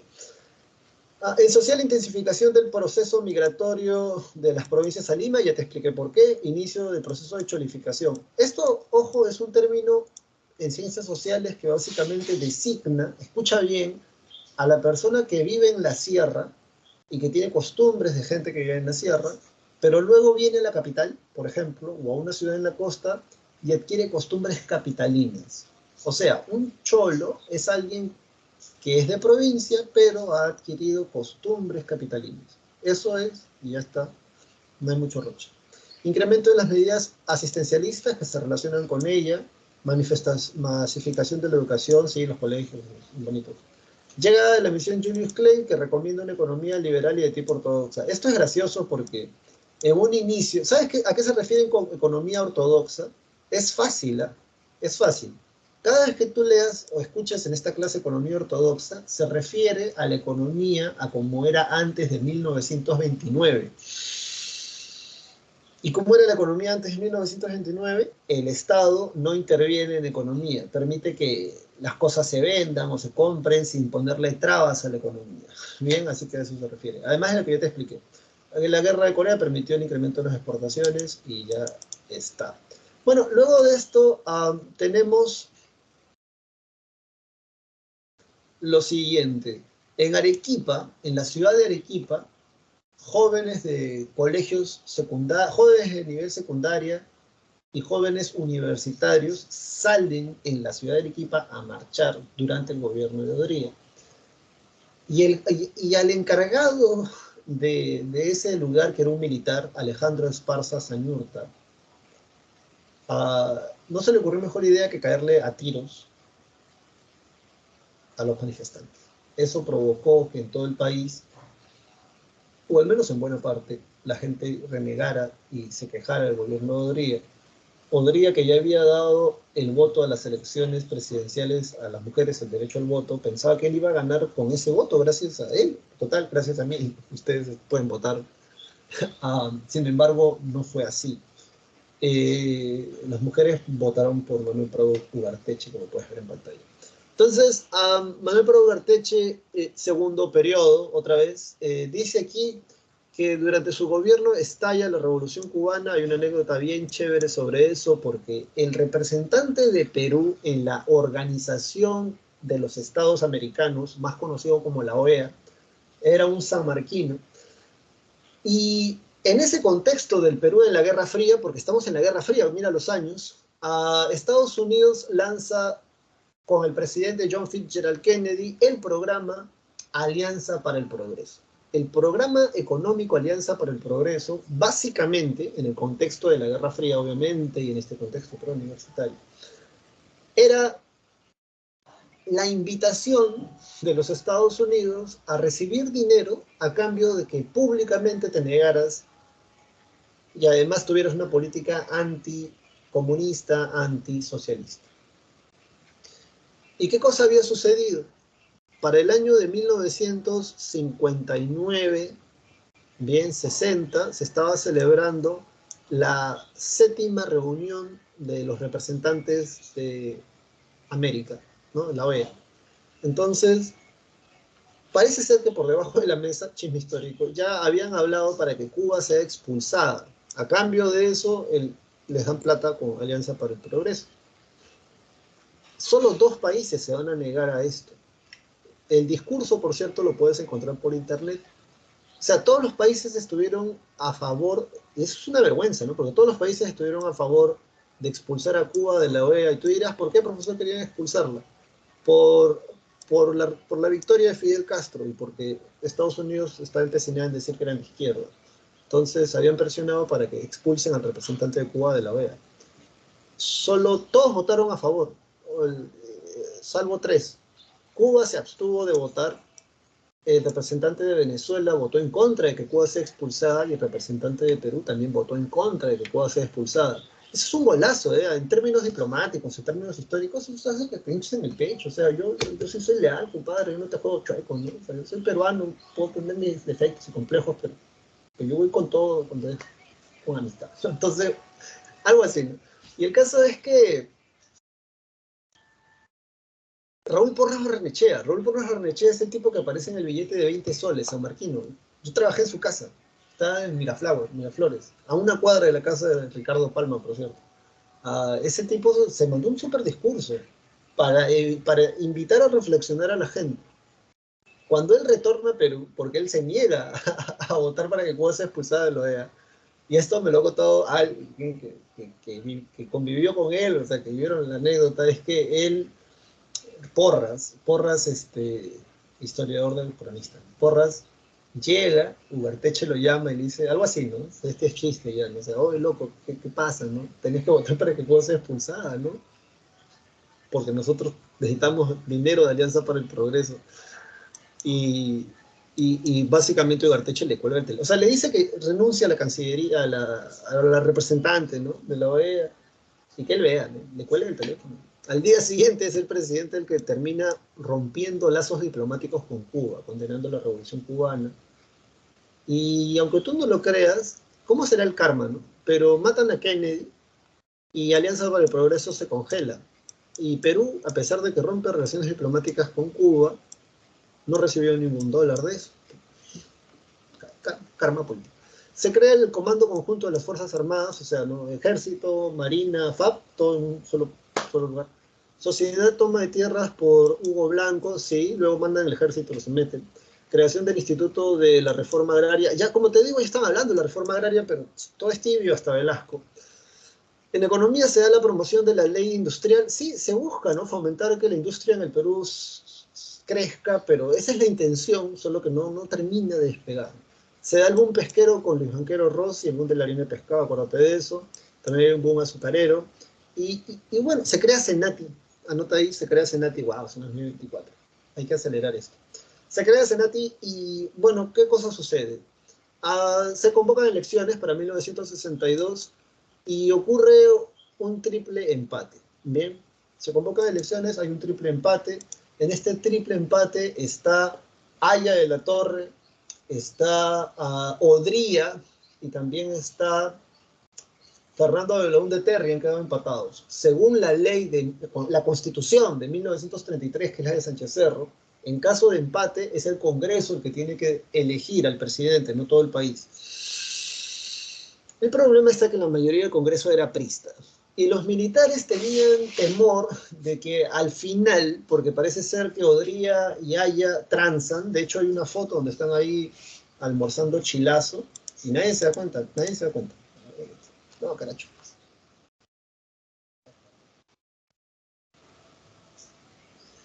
El pacto de Monterrico, ahorita lo ves aquí, a Haya de la Torre, a Odría. ¿Cuál era el chiste de esto? Porque es 1956, esta foto es a puertas, ¿no?, de la segunda vuelta. Los militares decían, ¿no? O sea, puede ganar Odría, porque el pacto de Monterrico era que el Congreso aprista iba a votar por Odría.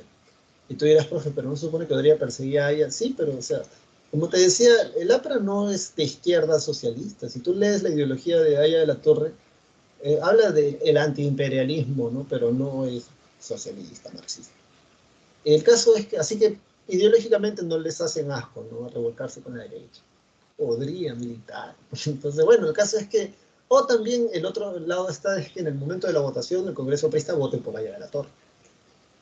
Así que para evitar que un presidente sea electo por ese Congreso mayoritariamente aprista, a la Junta, los militares dan un golpe de Estado. Ese golpe de Estado es un golpe de Estado institucional, así se llamó, y se crea la Junta Militar. La Junta Militar tiene dos líderes. Uno de esos líderes es, ¿dónde está? Ricardo Pérez de Godoy. Ricardo Pérez de Godoy gobierna un año. Según los historiadores, gobierna un año porque sus compañeros de la Junta, un grupo de personas, se enteran de que él quería quedarse como dictador, así que lo hacen renunciar, renuncia, y el segundo presidente de la Junta Militar va a ser Nicolás Linde, que va a gobernar hasta 1963. Esta Junta Militar tiene en claro dos cosas. La primera cosa que tiene en claro, presta atención porque ya tenemos que acabar la clase. La primera cosa que esta Junta tiene en claro es que sí o sí tiene que haber una reforma agraria. Así que el siguiente presidente tiene que hacer la reforma agraria. El siguiente presidente tiene que hacer la reforma agraria. Se termina modificando con la cifra repartidora del sistema electoral para evitar lo que sucedió en estas elecciones.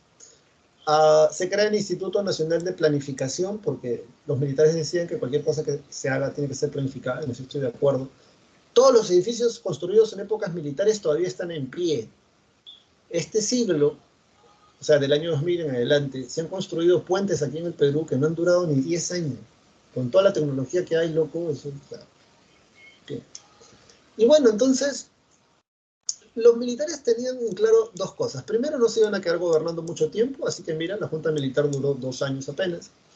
En segundo lugar, la reforma agraria era necesaria si se quería evitar una revolución socialista, una revolución de izquierda en el Perú. Tenía que hacerse la reforma agraria porque era el caballito de batalla de la izquierda.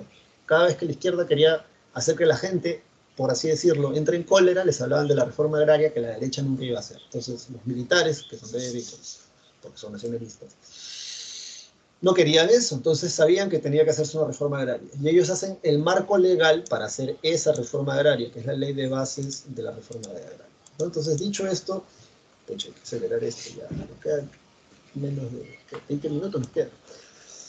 Primer gobierno de Fernando de León de Terry, señoras y señores. Entonces, en este primer gobierno dice respaldo de las Fuerzas Armadas y su partido, el Partido Democracia Cristiana. El Partido Democracia. No, el Partido de Terry es Acción Popular, es el Partido de Terry. Aquí se crea Democracia Cristiana. Tiene una obstrucción como es, ¿no? Perro, pericote y gato, ¿no? Tiene una obstrucción, o sea, desde el Congreso, no dejan gobernar desde el Congreso, ¿quién? Representantes del APRA y del UNO, Unión Nacional Odriísta. Para eso sí se juntan, ¿no? Me recuerda a un congreso, tanto la izquierda como la derecha fastidiando. Derrota del movimiento de izquierda revolucionaria. El movimiento de izquierda revolucionaria, o MIR, Luis de la Puente Uceda era un aprista radical que decía que la teoría marxista, o sea, la teoría dice que hay que tomar las armas, llegar al poder. Una parte de los que interpretan a Marx, ¿no? El caso es que él se va al Cusco, a la convención, mesa pelada, mesa redonda, y ahí trata de levantar a la gente. Lo que hace el gobierno de Terry es mandar al ejército y allí hace una pequeña reforma agraria. El gobierno de Terry hace una pequeñita reforma agraria, pero en el Cusco. Uh, sí, luego dice, se establecieron las primeras elecciones municipales, ganó Luis Bedoya en sociedad, sistema de cooperaciones populares, el pueblo lo hizo. Esto era bonito, ¿eh? Yo creo que todavía he visto canchas de fútbol hechas en la época de Terry, de Belaún de Terry, con este programa. Profe, ¿en qué consiste? El Estado te da el cemento, las piedras, los materiales, y tú te construyes tu cancha, tu parque, tu vaina, ¿no? Entonces, el pueblo lo hizo. Promulgación de la ley de la reforma agraria, ya. Aquí tacha esto y pon acá, entonces párate igual, ya. Una ley de reforma agraria. ¿Y por qué es una ley de reforma agraria? Porque solo se aplicó en el Cusco. El que hace la ley de reforma agraria es este señor que está acá, que es Velasco Alvarado. Bien, así que eso lo vamos a ver más adelante.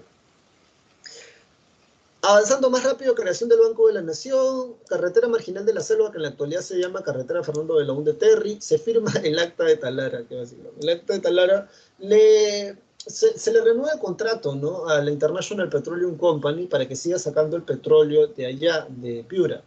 Pero ¿cuál es el problema y cuál es el escándalo de la página 11 que figura aquí, al final del primer gobierno de Belaún de Terry? Te lo cuento rápido porque ya nos quedamos sin tiempo. El exdirector de la empresa petrolera fiscal, en una entrevista que luego se va a reproducir a nivel nacional, va a decirle al miembro de una revista famosa de ese tiempo que la IPC, la International Petroleum Company, la IPC, está pagando menos de lo acordado por barril de petróleo que sacan de nuestro país. El entrevistador pregunta por qué, y entonces el exdirector de la empresa petrolera fiscal dice, porque la página donde estaba el precio de barril de petróleo, que es la página 11 del contrato, esa página se ha perdido. Eso lo dice un 2 de octubre de 1968. Bien, al día siguiente, cuando todo el mundo se entera de eso, porque obviamente la pérdida de eso era estaban favoreciendo la IPC y el problema con eso es que en esos años la IPC era una empresa en clave, era una empresa desvinculada de la realidad nacional, era una empresa con las justas y pagaba impuestos, que de hecho le debía al Estado peruano mucho dinero. Le debían cerca de 600 millones de dólares, una barbaridad de plata.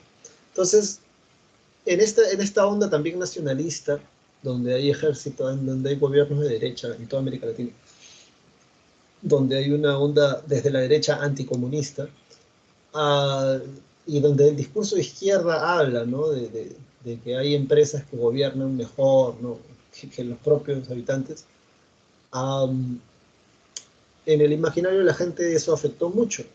Y al día siguiente, en la madrugada, el 3 de octubre, se le da el golpe a Belaún de Terry en pijamas, hasta donde tengo entendido se lo saca, se lo lleva al aeropuerto Jorge Chávez y de ahí se lo extradita del país a Argentina. Y en la mañana siguiente, en helicóptero, desciende Velasco y desde ahí se inicia el gobierno revolucionario de las Fuerzas Armadas. Bien, es ese.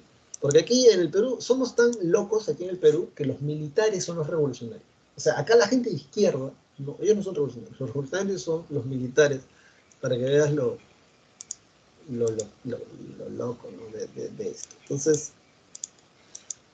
pucha, 9:34, vamos a tratar de terminar esto lo mejor posible. Gobierno revolucionario de las Fuerzas Armadas. Lo primero que necesito que recuerdes y que la te pueden preguntar es que este gobierno se dividió en dos fases. Mira, la primera fase se le llamó primera fase Plan Inca.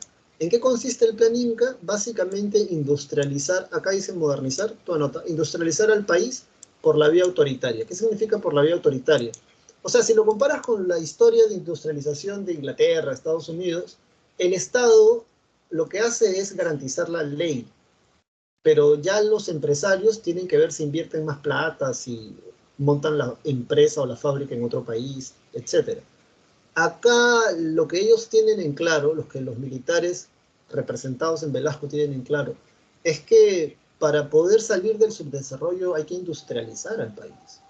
Pero para hacerlo, como nuestra clase alta no lo hace, parece que desde la vía autoritaria, o sea, desde hazlo porque yo te ordeno que lo hagas, se va a hacer, desde el gobierno, en este caso, dictatorial.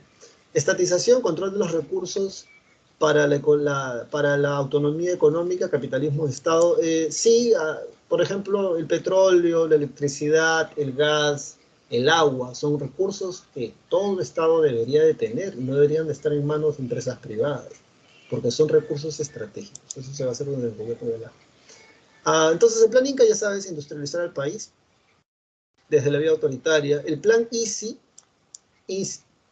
industrialización por sustitución de importaciones. La idea es, con el plan Inca, es que el país produzca aquello que antes está pidiendo el extranjero. Cosa que va a ir mal, te cuento, ¿no? Porque no se trata del dinero. Antes, quien te habla, ¿no? Pensaba que éramos un país pobre porque no teníamos recursos, que no teníamos tanto dinero como otros países que sí son ricos. Pero ya cuando uno empieza a crecer y te pones a leer, te pones a estudiar, sales a otros países también si tienes la oportunidad, pero básicamente cuando ya empiezas a informarte sobre cómo funciona la economía en nuestro país, las empresas que hay, etcétera, lo que yo entiendo hasta ahora y me queda claro es que no se trata del dinero, sino se trata de la mentalidad de la gente que gestiona ese dinero. Porque si tú le das a un alcalde corrupto mucho dinero, lo que ese alcalde corrupto puede hacer es construir un puente que luego se va a caer. Y luego si revisas a dónde se fue buena parte del dinero, o sea, tanto de corrupción en todo el sentido de la palabra, ahí está, lo podemos ver todos, pero, pero eso es lo que se tiene, ¿no? Y aquí en el gobierno de Velasco básicamente es lo mismo, ¿no? Es agarrar dinero y decir, bueno, hay que industrializarlos. El proyecto está bien, porque por historia ningún país desarrollado llega a ese nivel siendo un país primario exportador. Y el Perú es un país primario exportador desde la época de los españoles, desde la época del virreinato hasta ahora. El problema está que, claro, la idea es esa, pero si esa idea no es compartida por todos, por una buena parte de la población, esto no va a funcionar porque van a seguir con esa mentalidad de sacarle dinero al Estado peruano en beneficio propio y el resto que se haga. Vamos a ver quién se hace cargo. Básicamente eso es lo que pasa acá. La intención fue buena, pero finalmente terminó fracasando. Medidas, anulación del acta de Talera y además se expropia a la International Petroleum Company. El golpe de Estado ocurrió el 3 de octubre de 1968. La expropiación de la International Petroleum Company, la IPC, ocurrió 6 días después, el 9 de octubre del 68, y a ese día lo bautizaron como el Día de la Dignidad Nacional. Bueno, ya, nos quedan 12 minutos de clase, así que pues, vámonos. Consecuencias de la estatización: alta deuda pública por la ineficiencia de las empresas estatales, dependencia de los Estados Unidos al ser el mayor importador de minerales. Luego de esto, lo que debes recordar, aparte de esto, es, o sea, cuando te hablen de Velasco, lo mínimo que puedes recordar de Velasco es la reforma agraria. Es muy curioso hablar de la reforma agraria porque hasta la gente de izquierda guarda silencio y hasta tienen admiración o respeto a Velasco, porque no sé si tú lo entiendes, ¿ya? Pero ideológicamente hablando, alguien de izquierda tranquilamente podría decir que Velasco era un dictador, porque eso fue, él era un dictador. Pero hay cierto sentimiento de cariño al gobierno de Velasco porque él de facto hace algo que en el discurso ya se había dado, pero nadie se había atrevido a hacer: la reforma agraria. La reforma agraria es un tema en nuestro país porque hay mucha gente que es campesina, pero no es dueña de la tierra que trabaja, y vive en una situación bastante precaria, bastante abusiva. eh, y no en una generación, sino ya tienen varias generaciones viviendo así. Entonces, cuando Velasco hace la reforma agraria, en parte le devuelve la dignidad pues, a mucha gente, le devuelve el poder a mucha gente sobre sí misma, pero también al mismo tiempo, estos proyectos como las CAP y las SAIS, pregunta aquí en la PRE, por cierto, Corporación Agraria de Producción Social, Sociedad Agraria de Interés Social. CAPS escribe en tu separata Costa, SAIS Sierra, Corporación Agraria de Producción Social, Cooperativa Agraria de Producción Social, estas están hechas estas fueron implementadas en las haciendas modernas de la costa. Profesor, no entiendo, o sea, las cooperativas agrarias se dan como parte del paquete de la reforma agraria, bien de la extatización de estas tierras. Entonces, en la costa hay trabajadores campesinos de haciendas azucareras, algodoneras, y ahí se crea esto, Cooperativa Agraria de Producción Social, que es una combinación de trabajadores asalariados y trabajadores ahora propietarios de esta empresa. Todas fracasan, porque creo que ya te lo había explicado. Una cosa es que tú tengas una mentalidad empresarial, que es generar un puesto de trabajo y dar trabajo a otro. Y otra cosa es que tú quieras un trabajo. Bien, entonces, la mayoría de la gente que trabaja en las haciendas de la costa no es gente que quiera montar su empresa, ¿me explico? Sino es gente que por su propio estilo de vida, mentalidad, simplemente quieren un trabajo. Y a esa gente se les va a hacer dueños y luego fracasaron. En la sierra, Sociedad Agraria de Interés Social, estas se hacen en las haciendas ganaderas, por lo general, sobre todo en el sur. Eh, y es en la sierra. ¿Bien? Fracaso por la falta de apoyo técnico a las cooperativas agrarias. O sea, básicamente lo que te están diciendo es que como no se les enseñó, no se les instruyó a no, a no gastarse el dinero que ganan, sino invertirlo, a gestionarlo bien, entonces no sacan. En plano internacional hay tensiones con Estados Unidos porque la política de Velasco es más autónoma. De hecho, durante el gobierno de Velasco envían representantes al grupo de los no alineados de la tercera vía, ¿te acuerdas? Acercamiento a los países socialistas. En la época de Velasco, el Perú le compra a la Unión Soviética aviones Sukhoi, armas de última generación para una tercera guerra mundial que no estalló, menos mal, entre Estados Unidos y la Unión Soviética. Perú compra armas porque además se estaban preparando, y esto ya está confirmado, para una guerra con el país vecino del sur, porque se iban por el centenario, ¿no? 1979, 100 años de la declaratoria de guerra de Perú contra Chile. ¿Por qué no estalla, por qué no se dio esa guerra para la cual Velasco ya se estaba preparando? Porque él es derrocado en el 74. Sí, él es derrocado en el 74. Pues acá dice por eso, ¿no? Tensiones bélicas con Chile. Crisis del petróleo del 73, o sea, la economía peruana está hacia abajo. En las medidas políticas, obviamente, se trata en el Congreso. Las Fuerzas Armadas controlan ahora los ministerios, Ministerio de Salud, Ministerio de Educación.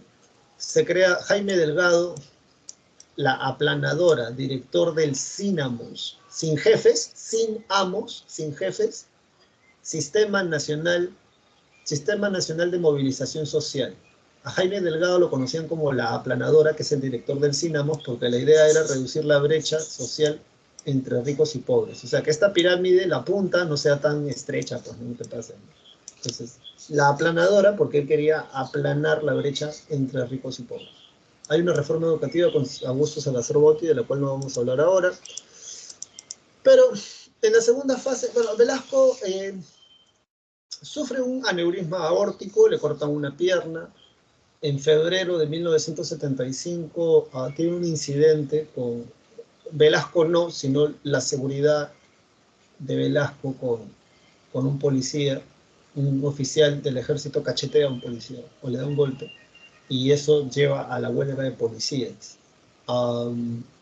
Ese año, en 1975, toda la, toda la plana alta o la plana mayor del ejército va a Tacna para celebrar el reintegro de Tacna al Perú. En 1975 el único que no fue Velasco porque estaba mal, está enfermo, y es allí donde todos los altos mandos del ejército estaban reunidos en Tacna en agosto, donde Francisco Morales Bermúdez presenta el plan Túpac Amaru, donde le da el golpe de Estado a Velasco. Y el plan Túpac Amaru básicamente es desmontar todo lo que se hizo en el plan Inca, desmontar todo lo que se hizo en el plan Inca, excepto la reforma agraria. ¿Bien? Todo lo que hizo el plan Inca se desmonta con el plan Túpac Amaru, excepto la reforma agraria. Hay toques de queda en Lima y estados de sitio. Sobre los toques de queda, tú y yo ya nos los gozamos, por ejemplo, los que no habido durante la pandemia. Libertad restringida. Hay apoyo del Fondo Monetario Internacional con aplicación de paquetazos. Los paquetazos son medidas económicas en tiempos de crisis económica. Bien. Protestas y huelgas nacionales. La gente está ya harta de un gobierno militar. Y es por esa razón que en el 78 se convoca a un nuevo Congreso Constituyente y el presidente de ese Congreso de la Asamblea Constituyente va a ser Víctor Raúl Haya de la Torre, y es así como en 1979 se promulga una nueva Constitución. Esto te lo aprendes de memoria. Bien, mayoría de edad a los 18 años y se le permite el voto a los analfabetos. ¿Cuánto tiempo nos queda? 5 minutos y se termina nuestra clase, chicos y chicas, así que a ver, aquí vamos a acelerar. Sí, porque ya está nuestra última clase y hay que evitar terminar apurados. El retorno a la democracia, entonces. Volvemos al segundo gobierno de Fernando Belaúnde Terry. En políticas dice devolución de los medios de comunicación porque habían sido expropiados en el gobierno militar, restricción en las elecciones, restitución de las elecciones municipales, en economía, respaldo económico del Fondo Monetario Internacional, se aplican medidas liberales ortodoxas, tipo los Chicago Boys. La doctrina viene de Milton Friedman, clase de economía, que es básicamente el Estado no debe intervenir en absolutamente nada de economía, ¿bien? La economía se regule sola. Fue un desastre para mucha gente en Chile, mucha de la clase popular. Se implanta el INTI al finalizar su gobierno. En 1985, al finalizar su gobierno, se implanta una nueva moneda, el INTI, no te lo vayan a preguntar. En internacionales, otra vez hay un conflicto con Ecuador. ¿Te acuerdas que te dije que Velasco compra armas? Otra vez a Ecuador se le saca la mugre en este conflicto llamado el conflicto del falso taquilla, donde reafirman a través del Tratado Somoza-Dury la peruanidad de Tumbes, Jaén y Maynes, y ya está. Luego el Perú también apoya a Argentina en el conflicto de las Malvinas. De hecho, el gobierno de Terry, con dinero peruano, los argentinos compran aviones en mal estado, que por cierto luego se va a caer. Y luego Terry también les va a regalar aviones Mirage. En la crisis se desarrolla al finalizar, al inicio del gobierno de Terry, en 1980, un día antes de las elecciones, un día antes de las elecciones, o durante las elecciones, Sendero Luminoso inicia sus actividades subversivas. Y el MRTA en 1984. Hay un fenómeno del niño, con lo cual hay más crisis todavía en el país, y más la deuda externa del Perú, que eran 10.000 millones de dólares en esos años. El que gana las elecciones es el primer gobierno de Alan García Pérez, y él gana las elecciones y va a ser el presidente electo más joven del Perú. Creo que va a tener 36 o 34 años cuando va a ser electo, súper joven. El tipo se reconoce en su oratoria, tiene un buen discurso, una buena labia, una buena charla. De hecho, por Alan García, durante su primer gobierno van a votar gente incluso de la derecha y de centro. El problema va a estar cuando todo esto que está acá, todo esto que está aquí, que no está cronológicamente hecho, así que yo te lo voy a contar. Ya todo lo que está acá te lo voy a contar en 2 minutos, o en 1 minuto, así que préstame atención. Los 2 primeros años de su gobierno todo fue maravilla y color de rosa. De 1985 al 87 todo fue chévere, porque Alan García Pérez, que hablaba de una economía heterodoxa, él comienza a dar básicamente subsidios. Bien, el dólar MUC que está acá, el dólar MUC, Mercado Único de Cambio, por ejemplo, era un dólar subsidiado. No es clase de economía, subsidio. El Estado peruano paga una parte del precio de un producto para que el consumidor reciba ese producto más barato. En el caso del dólar MUC, era un dólar que si tú eras un empresario, mostrabas tu carnet que eras un empresario, y tú podías comprar el dólar. Supongamos que el dólar está a 4 soles, el Estado peruano paga 2 soles, tú puedes comprar con 4 soles 2 dólares. Eso significa que, según el Estado peruano le ponga a Alan García Pérez, eso sirve para que tú puedas ir al extranjero, comprar maquinaria, regresar al Perú y así poder hacer patria, dar fuentes de trabajo, sacar al país adelante. Lo que hizo mucha gente con el dólar boom fue bailarse el dinero, ¿no? Subsidiaron la leche, el azúcar, el huevo, congelaron los precios del querosén, le subieron el sueldo a los profesores, y todo eso durante 2 años fue chévere, y nadie se acuerda, la gente es muy ingrata, nadie se acuerda de las épocas de bonanza, solo se acuerdan de las épocas de desgracia. Pero en 1987 ya no había dinero. Y como no había dinero, el gobierno de Alan García Pérez en un discurso dijo que querían el Estado peruano estatizar el dinero de la banca privada, de los ahorristas. Porque está el Banco de la Nación, que le pertenece al Estado peruano, pero también está la banca privada. Sale Mario Vargas Llosa con el movimiento Libertad. Mario Vargas Llosa al frente del movimiento Libertad, que era un grupo de gente que marchó en protesta para impedir que Alan García Pérez como presidente le meta diente al dinero de los ahorristas privados. Y es aquí donde viene el proceso de inflación, porque yo no sé si tú entiendes esto, pero básicamente ya no hay dinero. Y como no hay dinero, se sigue imprimiendo papel moneda, billetes que no tienen su valor, su respaldo en oro, en plata, en las arcas del BCR, del Estado peruano, porque ya no hay plata. Del 87 en adelante es donde viene toda la desgracia, porque viene un proceso inflacionario alucinante. Bien, 50 millones de intis en la actualidad creo que vale un sol, una vaina así, ¿sí? Así que bueno, producto de eso también en el 86, 87, Alan García Pérez dice, el Estado peruano no va a pagar más la deuda, vamos a pagar el equivalente al 10% de nuestro PBI al Fondo Monetario Internacional. O sea, Alan García Pérez se niega a pagar lo que ya se había acordado como deuda externa. El Fondo Monetario Internacional le dice a todo el planeta Tierra, a Perú no vayan a invertir porque Perú no le tira cabeza, te hace perro muerto, le tira cabeza a la deuda. Y no vino ni un solo dólar como inversión hasta la época de Fujimori.